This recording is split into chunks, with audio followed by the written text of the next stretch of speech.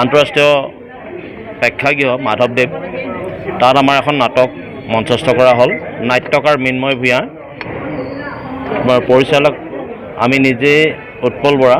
আমাৰ সক্ষম মানে সূক্ষ্ম জ্ঞানেৰে আমি যিমানখিনি ঢুকি পালোঁ সিমানখিনি আমি কৰ্ণ দ্য এটাৰ্নেল ট্ৰুথ নামৰ আমি নাটকখন কৰি উলিয়াবলৈ আমি চেষ্টা কৰিলোঁ।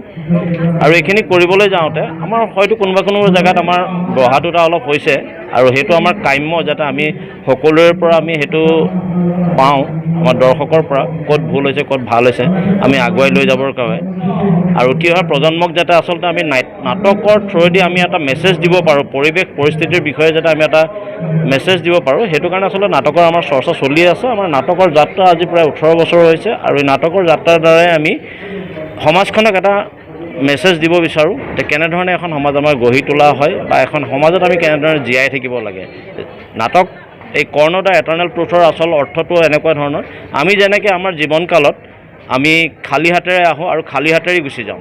আমি ইয়াত মাজৰ সময়ছোৱাত আমি আমাৰ কৰ্ম কৰোঁ, আৰু সেই কৰ্ম কৰোঁ আমি আনৰ কাৰণে, সমাজখনৰ জীয়াই থাকিব বা সমাজখনৰ সৃষ্টি বা সমাজখন পৰিচালিত কৰিবৰ বাবে।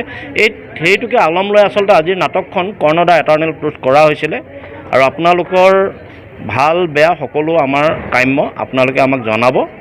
আৰু এইখিনিতে যিসকল দৰ্শক আহিলে আহি পেলাই আমাক আশীৰ্বাদ দিলেহি, তেখেতলোককো আমি ধন্যবাদ জনাইছোঁ। এই কাহিনী মূল আপোনাৰ চৰিত্ৰ আৰু আপোনাৰ কাহিনী আৰু আপোনাৰ সংক্ষেপে যিটো হেৰি আছিলে সেইটো মোৰ আছিলে, মানে উৎপল বৰা মোৰ আছিলে। আৰু আপোনাৰ কাহিনী যিটো নাট্যৰূপ দিছিলে, নাট্যৰূপটো দিছিলে আমাৰ মৃন্ময় ভূঞা।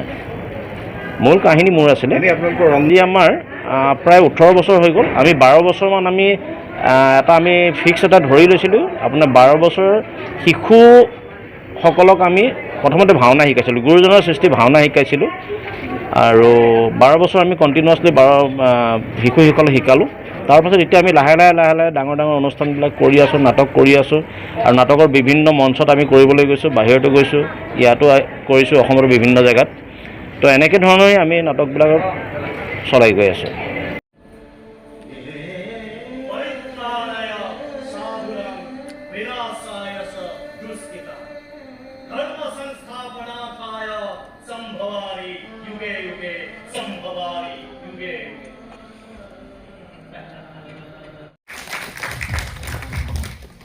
এতিয়া সকলোৱে দুজন মানুহৰ নেতৃত্বত আৰম্ভণিটো কৰা বুলি কৈছিল। এজন বাৰু চিনাকি কৰাই দিলে।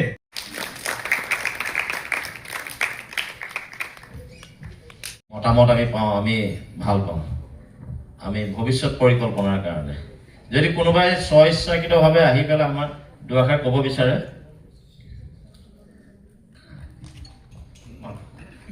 সমীৰ গোস্বামী ছাৰ।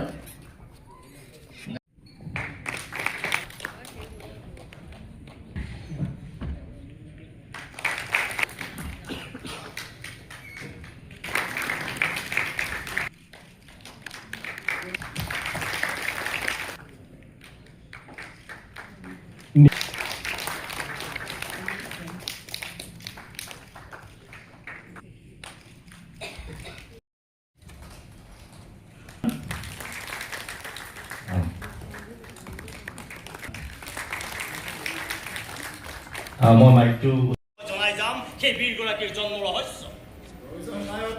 জন্ম কথা কোৱাৰ কোনো প্ৰয়োজন নাই। যদুপতিয়ে ইতিমধ্যে শুনাইছে তেওঁ মহাকবিয়ে লুকোৱা সেই অজনা জন্ম কাহিনী। কোন পিতৃ তেওঁৰ, কোন মাতৃ, তেওঁতো নিজ মুখেৰে কৈছে।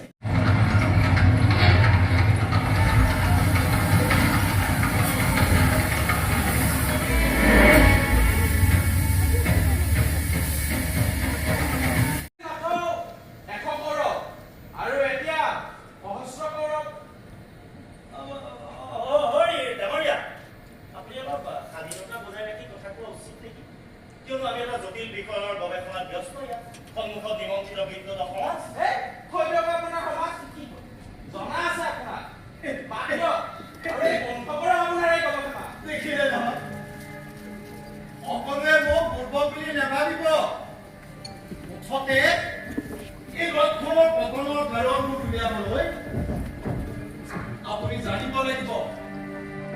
এই ৰাইজক জনাব লাগিব কুৰুক্ষেত্ৰ হোৱাৰ বহু পূৰ্বে এই বীৰ জনাই জিনি অহা ধৰ্মযুদ্ধবোৰৰ কথা সকলো কথাই ৰাইজক টকা পইচা নাৰীৰ হাতত চিন্তিত হয়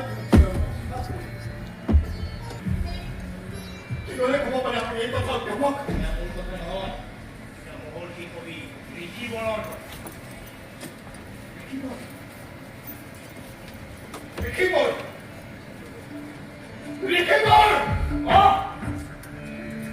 ঋষিবৰৰ কথাই এয়া চোৱা এয়া চোৱা মহাকাব্যৰ প্ৰতিটো বাক্য কিদৰে পঢ়িব লাগিছে প্ৰতিটো নাৰীৰ প্ৰশ্ন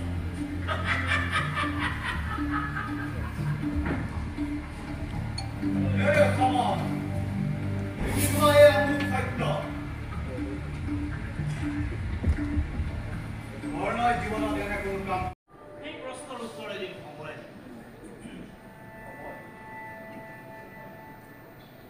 সময় আৰু সেই সেনাপতি যেনে পৃথিৱীৰ সুমেৰু আৰু সুমেৰু সময়ে কাহানি বা তেওঁক সংগ দিলে তেওঁকৈ সময় ধৰা